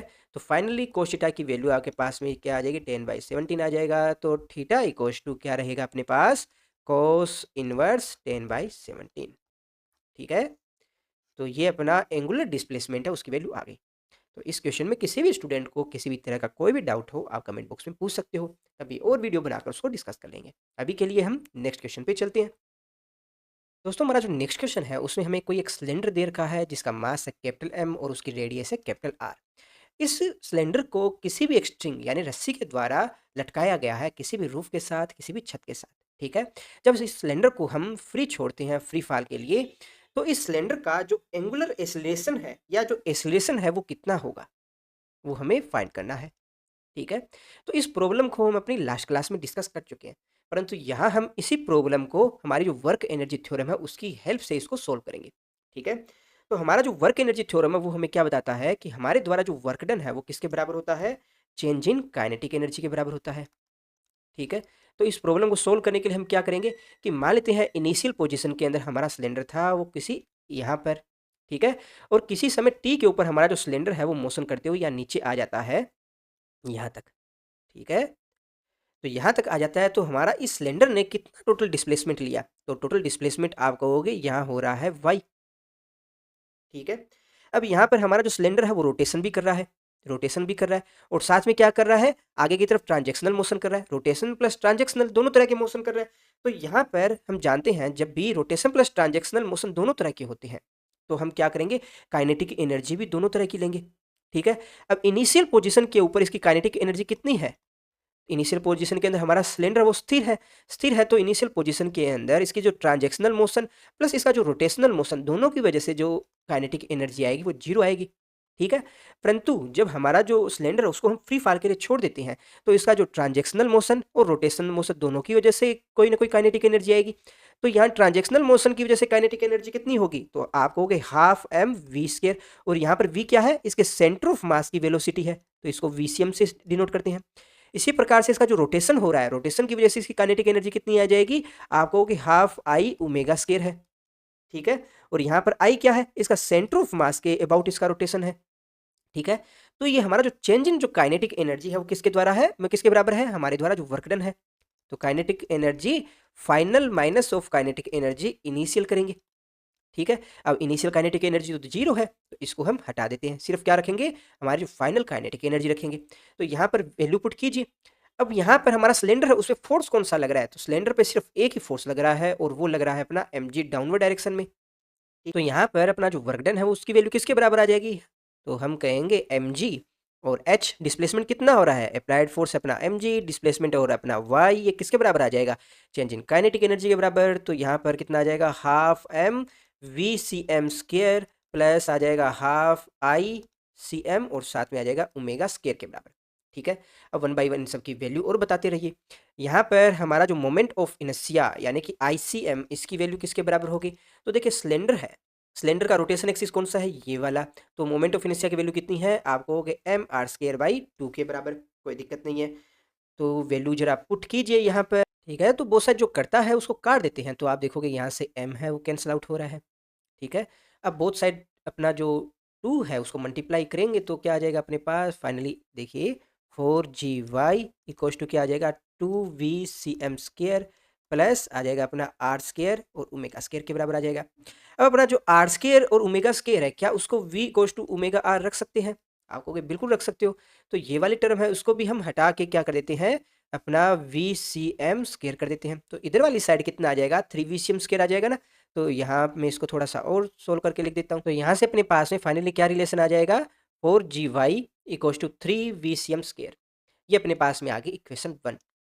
इस इक्वेशन का अगर हम t की रिस्पेक्ट के अंदर क्या कर दें, डिफ्रेंसिएशन कर दें, तो आपके पास में क्या आ जाएगा, हमारे पास में आ जाएगा 4g dy by D T equals to 3। अब देखिए vcm स्केयर इसका करोगे तो क्या आ जाएगा 2vcm और साथ में क्या आ जाएगा dvcm बाई डी टी। ठीक है। तो D V C M by D T ये किसके बराबर होगा, इसका डिफ्रेंसिएशन ये हो जाएगा अपना ए सी एम के बराबर आ जाएगा।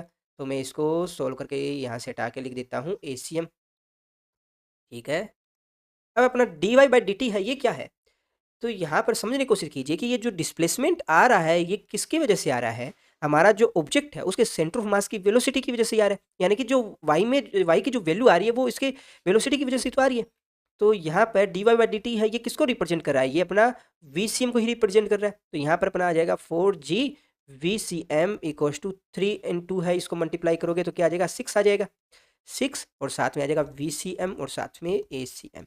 तो बोथ साइड जो करता है उसको काटते हैं तो वी सी एम कट जाएगा और यहाँ से कटेगा 2 और 3। तो यहाँ से अपना ए सी एम की वैल्यू किसके बराबर आ जाएगी, 2/3 एंड जी के बराबर आ जाएगी। ठीक है। तो दोनों में से जो मेथड आपको आसान लगे उसी मेथड से इसको सोल्व कीजिए। लास्ट टाइम हमने जब इसको सोल्व किया था तब हमने इसको इक्विलिब्रियम मेथड से सोल्व किया था, हमने यहाँ पर अपना रोटेशनल इक्विलिब्रियम और ट्रांजैक्शनल इक्विलिब्रियम लगाकर इस प्रॉब्लम को हम देखा था। ठीक है। फिर भी किसी स्टूडेंट को किसी भी तरह का कोई डाउट हो आप कमेंट बॉक्स में पूछ सकते हो। नेक्स्ट हम स्टडी करेंगे कंजर्वेशन ऑफ एंगुलर मोमेंटम। तो इसको जरा आप कोरिलेट कीजिए, जब हमने मोमेंटम कंजर्वेशन का लॉ देखा था तो वहाँ हमने स्टडी किया था कि कोई भी एक ऑब्जेक्ट है उस पर लगने वाला जो एफ नेट है, जो एक्सटर्नल जितना भी फोर्स लग रहा है एफ नेट है, वो अगर जीरो हो तो हमारा जो सिस्टम है उसका मोमेंटम कंजर्व रहता है। क्योंकि हम जानते हैं जो फोर्स है वो किसके बराबर होता है, D P by D T के बराबर है। अगर अपना फोर्स है वो ही जीरो के बराबर है तो आप क्या कहोगे कि D P by D T है वो जीरो के बराबर होगा। तो ये D P by D T हम जानते कोई भी राशि है उसका हम डिफ्रेंशिएट करने पर अगर वो जीरो आ रहा है तो निश्चित तौर पर वो जो क्वांटिटी है वो क्या है, कॉन्स्टेंट है। तो ट्रांजैक्शनल मोशन के अंदर हमने देखा था कि कोई भी निकाय है उस पर लगने वाला अगर बल है वो जीरो है तो हमारा जो संवेग है या मोमेंटम है वो रहता है संरक्षित। ठीक है। इसी प्रकार से जब हम रोटेशनल मोशन की बात करते हैं तो हम बात करते हैं बल आघूर्ण की यानी कि टॉर्क की। तो हमारा कोई भी सिस्टम है अगर उस पर लगने वाला जो जो टॉर्क नेट है वो जीरो है यानी कि कुल बल आघूर्ण है वो शून्य हो, क्या हो, जो कुल बल आघूर्ण यानी कि जो नेट जो टॉर्क है वो अगर जीरो हो तो हमारा जो निकाय है उसका एंगुलर मोमेंटम यानी कि जो एल है वो क्या रहता है, संरक्षित रहता है। क्योंकि हम जानते हैं टॉर्क है वो किसके बराबर होता है, टॉर्क बराबर होता है D L by D T. अब जब टॉर्क ही जीरो होगा तो आप क्या कहेंगे कि अपना जो एल वेक्टर यानी कि जो एंगुलर मोमेंटम है वो किसके बराबर होगा, नियत रहेगा, कंजर्व रहेगा, कांस्टेंट रहेगा। ठीक है। हमारा जो मोमेंटम है वो किसके बराबर होता है, आप कहोगे मास और वेलोसिटी के मल्टीप्लाई के बराबर होता है। तो इसी प्रकार से हमारा जो एंगुलर मोमेंटम वो किसके बराबर होता है, हमारा moment of inertia I and angular velocity omega के मल्टीप्लाई के बराबर होता है। ठीक है ना। जब हम कोलिजन वाला टॉपिक पढ़ रहे थे तो हमने वहाँ क्या देखा था कि हमारा कोई भी एक मास है जिसको मैं m1 से डिनोट करता हूँ और इसकी वेलोसिटी कितनी है v1, अगर जाके टकराता है किसी दूसरे मास जिसका m2 से डिनोट करते हैं और उसकी वेलोसिटी है v2। ठीक है। तो before collision and after collision हमारा जो सिस्टम का मोमेंटम है वो कंजर्व रहता है अगर उसके ऊपर किसी भी तरह का एक्सटर्नल फोर्स है वो नहीं लग रहा है। ठीक है। तो आप क्या कहोगे वहाँ पर m1 v1 equals to m2 v2, यानी कि p इनिशियल किसके बराबर है, p फाइनल। इसी प्रकार से हमारा जो एंगुलर मोमेंटम कंजर्वेशन में क्या होगा कि हमारी कोई भी एक रिजिड बॉडी है जिसका मोमेंट ऑफ इनर्शिया कितना है I1 और किसी एंगुलर वेलोसिटी ओमेगा 1 से रोटेट हो रही है और किसी समय पर ये रोटेट कर रही है किसी एंगुलर वेलोसिटी ओमेगा 2 और इसका मोमेंट ऑफ इनर्शिया I2 हो जाता है। ठीक है। यहाँ पर जो टॉर्क नेट है सिस्टम का वो अगर जीरो रहता है, टॉर्क नेट है वो जीरो रहता है, तो आप क्या कहेंगे कि अपना I1 ओमेगा 1 ये किसके बराबर होगा, I2 ओमेगा 2 के बराबर। यानी कि जो इनिशियल जो इसका जो एंगुलर मोमेंटम है वो किसके बराबर होगा, इसका जो फाइनल एंगुलर मोमेंटम के बराबर। ठीक है। तो इस चीज़ को अपने को याद रखना है। तो जो एंगुलर मोमेंटम कंजर्वेशन से रिलेटेड कुछ प्रॉब्लम्स है जिनको हम डिस्कस कर लेते हैं ताकि इस कंसेप्ट को आप और अच्छे से समझ पाओ। हमारा जो फर्स्ट क्वेश्चन है उसमें हमें दे रखा है कि कोई भी एक ऑब्जेक्ट है जिसका कोणीय वेग है वो कितना दे रखा है अपने को, ओमेगा आई से डिनोट कर रखा है। ठीक है। तथा इसका जो जड़त्व आघूर्ण यानी कि जो मोमेंट ऑफ इनर्शिया है वो हमें दे रखा है I1। ठीक है। तो किसी समय इसका जो मोमेंट ऑफ इनर्शिया है वो चेंज हो जाता है और चेंज होकर क्या हो जाता है, I2 हो जाता है। तो उस कंडीशन के अंदर इसका जो लास्ट यानी कि फाइनल जो एंगुलर वेलोसिटी है यानी कि ओमेगा फाइनल है उसकी वैल्यू क्या होगी ये हमें फाइंड करना है। ठीक है। तो इस क्वेश्चन में हमें कहीं नहीं दे रखा कि इसका जो रोटेशन एक्सिस है वो चेंज हो रहा है, रोटेशन एक्सिस वही है जो पहले था। ठीक है। रोटेशन एक्सिस में कोई चेंज नहीं है, इसका मास है वो भी वही है। ठीक है। टॉर्क है वो नेट जीरो लग रहा है सिस्टम पर क्योंकि टॉर्क के बारे में हमें दे ही नहीं रखा। तो टॉर्क जीरो लग रहा है तो हम क्या कहेंगे कि हमारा जो एंगुलर मोमेंटम है वो कंजर्व रहेगा, यानी कि जो ओमेगा इनिशियल I1 ये किसके बराबर होगा, ओमेगा फाइनल I2 के बराबर। ठीक है। तो I2 की वैल्यू किसके बराबर आ जाएगी, omega initial I1 by omega final. ठीक है दोस्तों। तो अब कुछ अच्छे क्वेश्चंस हैं जिनको हम और डिस्कस कर लेते हैं। हमारा जो फर्स्ट क्वेश्चन है उसमें हमें दे रखा है कि कोई एक डिस्क है जिसका मास है कैपिटल M और उस डिस्क की रेडियस है कैपिटल R। ये डिस्क अपने सेंटर ऑफ मास से पास होने वाले किसी एक्सिस के अबाउट किसी एंगुलर वेलोसिटी ओमेगा नॉट से रोटेट कर रही है। ठीक है। कोई एक व्यक्ति कोई एक व्यक्ति जिसका मास है स्मॉल m वो कहाँ खड़ा है, इस डिस्क के बिल्कुल सेंटर में खड़ा है। अब ये व्यक्ति क्या है, चलना प्रारंभ करता है और चलकर इस डिस्क के बिल्कुल किनारे पर यानी कि यहाँ पर आ जाता है। ठीक है। जब ये व्यक्ति इस डिस्क के किनारे पर यहाँ पर आ जाता है तो उस कंडीशन के अंदर हमारा ये डिस्क है इसका जो एंगुलर वेलोसिटी है वो कितना होगा ये हमें फाइंड करना है। इस प्रॉब्लम को हम अलग अलग डायग्राम बनाकर समझने का प्रयास करते हैं। ये हमारी है इनिशियल पोजीशन जब हमारा व्यक्ति है उस डिस्क के सेंटर पर खड़ा है। ये हमारी जो फाइनल पोजीशन है जब हमारा व्यक्ति है वो डिस्क के किनारे पर खड़ा है। ठीक है। तो फाइनल हमारा जो एंगुलर वेलोसिटी है वो मान लेते हैं ओमेगा है। ठीक है। क्या हमारी इस सिस्टम पर जो लगने वाला जो टॉर्क नेट है वो जीरो है, अगर जीरो है तो हम बड़े ही आराम से कह सकते हैं कि जो हमारा एंगुलर मोमेंटम है वो कंजर्व है। तो उस कंडीशन में हम क्या कहेंगे कि I1 ओमेगा 1 है वो किसके बराबर होगा, I2 ओमेगा 2 के बराबर। तो सबसे पहले तो हमें यही देखना है कि टॉर्क नेट जो लग रहा है वो जीरो के बराबर है या नहीं। ठीक है। तो यहाँ पर टॉर्क है वो कौन कौन से फोर्स अप्लाई कर सकते हैं, तो देखिए हमारा व्यक्ति है, ये व्यक्ति खड़ा है जिस डिस्क के ऊपर, तो एक तो ये फोर्स अप्लाई कर सकता है mg डाउनवर्ड डायरेक्शन में, तो उतना ही फोर्स है अपना नॉर्मल फोर्स लगेगा अपवर्ड डायरेक्शन में। तो जितना mg की वजह से यहाँ टॉर्क बनेगा उतना ही नॉर्मल फोर्स की वजह से टॉर्क बनेगा, तो यहाँ टॉर्क नेट है वो जीरो हो जाएगा। ठीक है। ठीक है। तो इतना तो हम समझ चुके हैं कि अगर व्यक्ति सीधा खड़ा है तो टॉर्क है वो जीरो लगेगा। ठीक है। परंतु जब व्यक्ति है वो चलना शुरू कर देता है, चलना शुरू करेगा तब क्या होगा, हमारा व्यक्ति है वो अपने पैरों से एक बल लगाएगा किसके ऊपर, डिस्क के सरफेस पे लगेगा। अपने उन्हें न्यूटन का जो थर्ड लॉ है वो पढ़ा है ना, उसमें हमने क्या देखा है कि हम जब चलते हैं तो अपने पैरों से एक फोर्स लगाते हैं धरातल पर और वो ग्राउंड है उतना ही फोर्स हम पर लगाता है अपोजिट डायरेक्शन के अंदर, उसकी वजह से तो हम चल रहे हैं। तो यहाँ पर व्यक्ति है वो कोई एक फोर्स लगा रहा है आर, कौन सी डायरेक्शन में, जिस डायरेक्शन में वो चल रहा है उसके अपोजिट डायरेक्शन में, और ग्राउंड उस पर एक फोर्स लगाएगा फ्रिक्शन फोर्स के रूप में आगे की तरफ। तो ये दोनों फोर्स है सेम पॉइंट पे लग रहे हैं अपोजिट डायरेक्शन में और इक्वल वैल्यू के अंदर, क्योंकि यहाँ पर आर है वो एफ के बराबर होगा। ठीक है। तो इन दोनों की वजह से भी टॉर्क कितना होगा, आप कहोगे 0 होगा। तो इस सिस्टम पर किसी भी तरह का फोर्स है वो नहीं लग रहा, यानी कि किसी भी सिस्टम के अंदर अगर फोर्स है वो इंटरनल लग रहा हो तो वो एक दूसरे से कैंसिल आउट हो जाएंगे ना। तो यहाँ हमारा जो सिस्टम है उस पर टॉर्क नेट है वो 0 लग रहा है, तो उस कंडीशन में हम क्या कहेंगे कि सिस्टम का हमारा जो एंगुलर मोमेंटम है वो कंजर्व रहेगा। तो एंगुलर मोमेंटम जब कंजर्व रहता है तो आप क्या कहोगे, L initial equals to L final. ठीक है। तो इनिशियल इसका मोमेंट ऑफ इनर्शिया क्या होगा, तो बताइए जरा।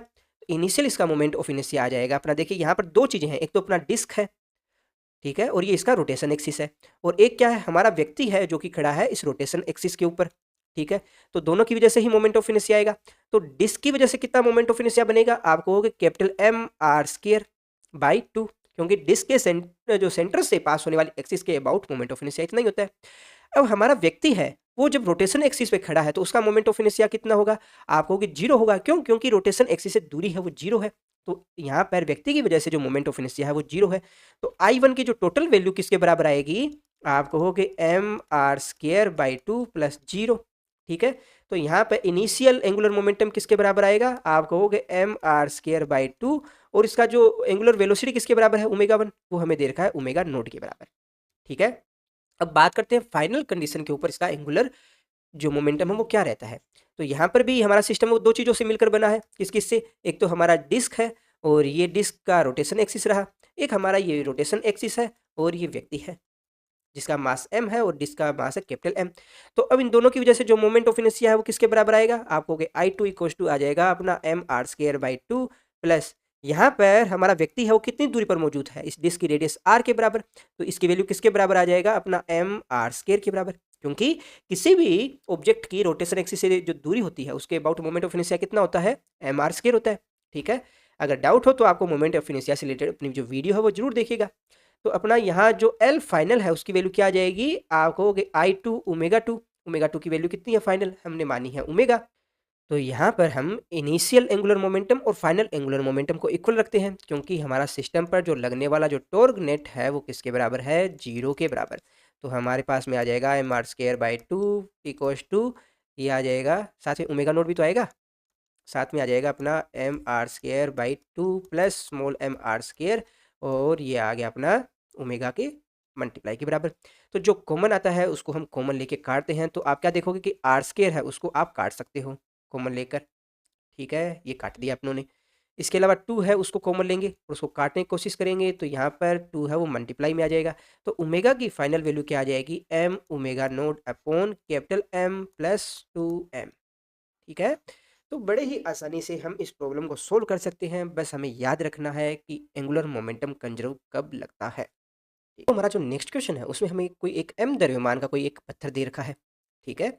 इस पत्थर को हमने कोई एक l लंबाई की रस्सी से बांध रखा है। ठीक है, ये पत्थर है जिसका द्रव्यमान m है और इस रस्सी की लंबाई l है। अब इस पत्थर को हम किसी एंगुलर वेलोसिटी कितनी है, ओमेगा नोट से घुमाते हैं। ठीक है, इस तरह से पकड़ के इसको घुमाते हैं, और घुमाते हुए हम क्या करते हैं कि इसकी जो रस्सी है उसको रिलीज करते हैं, यानी कि उसको छोड़ते हैं। तो छोड़ने की वजह से क्या होगा, कुछ समय के बाद में क्या है, ये जो रस्सी है इसकी लंबाई एल से क्या हो जाती है, 2l हो जाती है। यहाँ से इसकी लंबाई 2l हो जाती है। तो जब तक इसकी 2l लंबाई होती है तो उस समय इसकी जो एंगुलर वेलोसिटी है वो क्या रह जाती है, वो हमें फाइंड करना है। ठीक है, क्वेश्चन समझ में आ गया होगा। क्वेश्चन में क्या कह रहा है, क्वेश्चन में ये कह रहा है कि भाई किसी पत्थर को जब आप अपने हाथों में पकड़ के उसको घुमाते हो, ठीक है, और जब पत्थर है वो घूमना शुरू हो जाता है तो फिर हम क्या है कि रस्सी को ढीला छोड़ते हैं, और क्या होता है कि रस्सी है ढीला छोड़ने के बाद में क्या है कि उसी रस्सी की लंबाई है वो बढ़ती चली जाती है, और एक समय ऐसा आता है जब रस्सी की लंबाई है वो एल से 2l हो जाती है। तो 2l लंबाई होने के बाद में इसकी जो एंगुलर वेलोसिटी क्या रह जाती है। ठीक है। तो इसे किस तरह से सोल्व करोगे, देखिए हमारे सिस्टम पर किसी भी तरह का कोई बाह्य बल तो लग नहीं रहा है, नहीं लग रहा है ना, यहाँ जितने भी फोर्स लग रहे हैं वो इंटरनल फोर्स है। ठीक है। तो इस वजह से हमारा जो टॉर्क नेट है वो क्या होगा, 0 रहेगा। तो जब टॉर्क है वो 0 रहेगा तो हम क्या कहेंगे कि हमारा सिस्टम है उसका एंगुलर मोमेंटम है वो कंजर्व रहेगा, यानी कि इनिशियल जो एंगुलर मोमेंटम है वो किसके बराबर होगा, फाइनल एंगुलर मोमेंटम के। और हम जानते हैं हमारा जो एंगुलर मोमेंटम वो किसके बराबर होता है, वो बराबर होता है मोमेंट ऑफ इनर्शिया और एंगुलर वेलोसिटी के। ठीक है। तो इनिशियल कंडीशन के लिए मैं इसको I1 ओमेगा 1 से डिनोट करता हूँ और फाइनल कंडीशन के लिए इसको I2 ओमेगा 2 से डिनोट करते हैं। ठीक है। अब सबसे पहले बात करते हैं इनकी एंगुलर वेलोसिटी की। तो इनिशियल पोजीशन में इसकी एंगुलर वेलोसिटी कितनी है? आप कहोगे ओमेगा नोड है, जो कि हमें क्वेश्चन में दे रखी है। फाइनल कंडीशन में इसकी एंगुलर वेलोसिटी कितनी है? आप कहोगे फाइनल कंडीशन में इसकी एंगुलर वेलोसिटी है ओमेगा, जो कि हमें फाइंड करनी है। अब इनकी मोमेंट ऑफ इनर्शिया क्या होगा? तो इनिशियल कंडीशन के अंदर इसका मोमेंट ऑफ इनर्शिया किसके बराबर होता है? तो देखिए कोई भी एक रोटेशन एक्सिस है, रोटेशन एक्सिस कौन सा है? ये वाला, ठीक है। उससे किसी परपेंडिकुलर दूरी कितनी है? ये वाली रोटेशन एक्सिस से दूरी यही है ना। और हमारा जो द्रव्यमान है कितना है? m है। तो इसका मोमेंट ऑफ इनर्शिया किसके बराबर होगा? आप कहेंगे एम आर स्क्वायर के बराबर। तो आर की वैल्यू क्या है? आप कहोगे एल है, तो एम एल स्क्वायर आ जाएगा। फाइनल पोजीशन के लिए हमारा मोमेंट ऑफ इनर्शिया किसके बराबर होगा? तो यहाँ पर आर की वैल्यू किसके बराबर हो जाएगी? ये हो जाएगी 2l के बराबर। तो यहाँ मोमेंट ऑफ इनर्शिया किसके बराबर हो जाएगा? हम कहेंगे m 2l स्क्वायर, ठीक है। तो ये वैल्यू जब हम यहाँ रखते हैं तो अपने पास में क्या आ जाएगा? M L square omega naught equals to क्या आ जाएगा? आई टू की वैल्यू m 2l स्क्वायर और साथ में ओमेगा। तो ओमेगा की वैल्यू कितनी आ जाएगी? देखिए बोथ साइड जो करता है उसको पहले काट देते हैं, तो फिर क्या आएगा अपने पास? देखिए M L square omega naught equals to क्या आ जाएगा? m यहाँ पर आ जाएगा 4l स्क्वायर और ओमेगा। तो यहाँ m से m कट रहा है, एल स्क्वायर से एल स्क्वायर कट रहा है। तो अपना ओमेगा की वैल्यू क्या आ जाएगी? Omega naught by 4। यानी कि जब डोरी को आप ढीला छोड़ेंगे तो क्या होगा? उसकी जो एंगुलर वेलोसिटी है स्टार्टिंग में ओमेगा नोट थी, तो एंड में इसको छोड़ने के बाद में क्या आ जाएगी वेलोसिटी? ओमेगा नोट बाई 4, ठीक है। फिर भी किसी स्टूडेंट को डाउट हो कमेंट बॉक्स में पूछिएगा।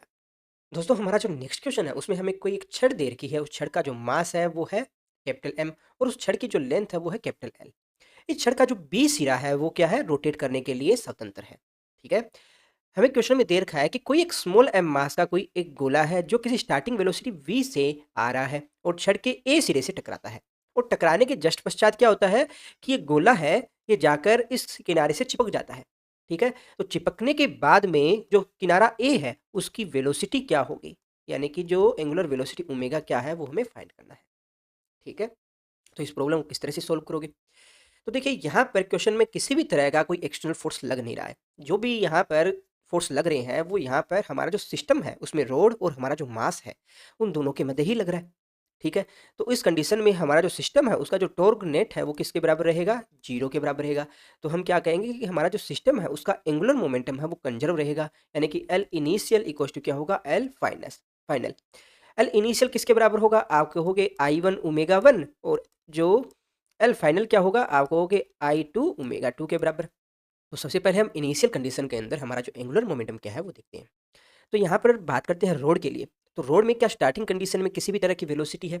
नहीं है। हमारी रोड है वो स्थिर अवस्था में है। तो रोड की जो एंगुलर मोमेंटम है वो कितना होगा? 0 होगा, ठीक है। हमारा जो मास m है उसका एंगुलर मोमेंटम क्या होगा? तो यहाँ पर इसका मोमेंटम है अपना mv के बराबर है। और रोटेशन एक्सिस कौन सा है? अपना b है। तो b से दूरी कितनी है? आप कहोगे l है। तो स्टार्टिंग में इसका जो मोमेंटम है वो किसके बराबर होगा? आप कहोगे mvl के बराबर होगा, ठीक है ना। तो ये अपना आ गया mvl के बराबर। अब जब इस कंडीशन में आ जाएगा हमारा सिस्टम, यानी कि जब हमारा m मास है वो जाकर ए सिरे पर चिपक जाएगा, तब इस कंडीशन के अंदर हमारा जो एंगुलर मोमेंटम है वो किसके बराबर होगा? आप कहोगे कि इसका जो मोमेंट ऑफ इनर्शिया और इसकी एंगुलर वेलोसिटी के बराबर होगा। तो इसका मोमेंट ऑफ इनर्शिया क्या होगा? तो देखिए यहाँ पर मोमेंट ऑफ इनर्शिया दो चीज़ों से मिलकर बना है, और दो चीज़ें कौन कौन सी है? एक तो देखिए हमारा जो रोड है जो किसी रोटेशन एक्सिस के अबाउट रोटेट कर रही है। दूसरा क्या है? हमारा ये मास m है। तो दोनों की वजह से हमारा जो मोमेंट ऑफ इनर्शिया क्या होगा? तो रोड के लिए हम जानते हैं अगर रोड की लेंथ है वो l है, इसका मास कितना है? m है। क्वेश्चन में स्मॉल m दे रखे हैं दोनों के मास, तो स्मॉल m मान लेते हैं। अगर कैपिटल M दे रखा हो तो कैपिटल M मान लेते, ठीक है। अगर रोड का मास है स्मॉल m है, लेंथ l है, तो इसका जो मोमेंट ऑफ इनर्शिया है वो आ जाएगा ml स्क्वायर बाई 3, क्योंकि रोटेशन एक्सिस है उसके किनारे से पास हो रहा है। अब मास m के लिए देखिए मोमेंट ऑफ इनर्शिया किसके बराबर होगा? तो हम जानते हैं ये बराबर होगा ml स्क्वायर के बराबर, ठीक है ना। तो टोटल मोमेंट ऑफ इनर्शिया अपने पास आ गया ये, और किस एंगुलर वेलोसिटी के साथ मूव कर रहे हैं? आप कह रहे हो ओमेगा, तो अपना ये आ गया एल फाइनल की वैल्यू, ठीक है ना। तो अब जरा बराबर रखते हैं दोनों को, बराबर रखते हैं ये वाला जो इनिशियल एंगुलर मोमेंटम और जो फाइनल एंगुलर मोमेंटम को। तो अपने पास में क्या आ जाएगा? देखिए जो कॉमन आता है उसको काटते हैं सबसे पहले। तो यहाँ से m है उसको कॉमन लेके काट दिया बोथ साइड, ठीक है। बचा क्या? एक तो वी एल बचा, साथ में एल स्क्वायर भी कॉमन ले लेते हैं। तो यहाँ पर 1/3 + 1 और साथ में ओमेगा आ रहा है, तो इसे सोल्व करोगे तो ये कितना आ जाएगा? 4/3 आ जाएगा ना, ठीक है। तो इसको भी मैं हटा देता हूँ, इसको भी हटा देते हैं, और ओमेगा को मैं थोड़ा पास में लगा देता हूँ। और क्या कट रहा है? आपको कि एल कट रहा है, ठीक है। तो फाइनल अपना एंगुलर वेलोसिटी है वो क्या आ जाएगी?